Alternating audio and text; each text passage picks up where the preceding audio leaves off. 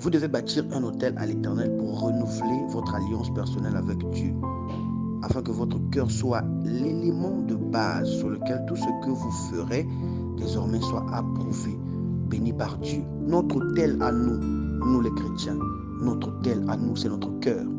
C'est le lieu de liaison entre les choses de l'esprit et les choses de ce monde. C'est la porte entre le monde spirituel et le monde physique, l'autel. Il y a des hommes spirituels et des hommes charnels ici sur terre.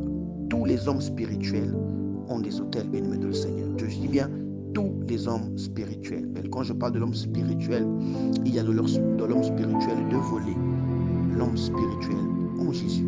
Il y a aussi l'homme spirituel qui est dans les choses mystiques pour la gloire de Satan, pour ceux qui sont satanistes, occultistes.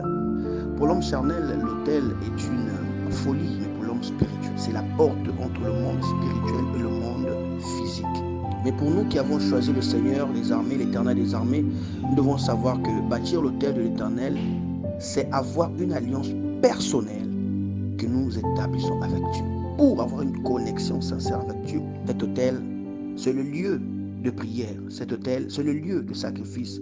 Cet autel, c'est le lieu de communication avec le divin. Le mot autel a une origine latine qui veut dire lieu élevé, haut lieu, un lieu élevé, bien-aimé. Ce n'est pas un lieu de blague, mais c'est un lieu où l'on a besoin d'être propre devant Dieu.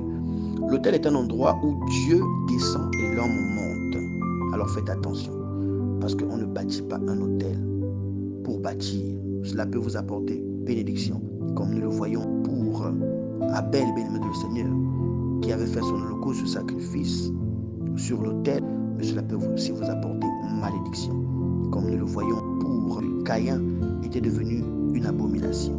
Voilà pourquoi je viens à dire que notre autel à nous, nous les chrétiens, c'est notre cœur, bien-aimé du Seigneur.